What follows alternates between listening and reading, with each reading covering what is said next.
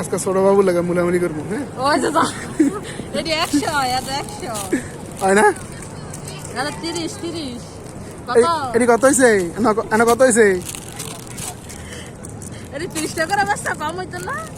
এনে কয় টাকা হয়েছে এনে কয় টাকা হয়েছে এই জানা না আমরা গুনতাম তুমি বিক্রি করবা কেমনে তুমি যদি না গুনতারো আমার যদি কম একটা কয় টাকা 30 টাকা হ্যাঁ দাও এটা দাও দুইটা এটা আমরা লম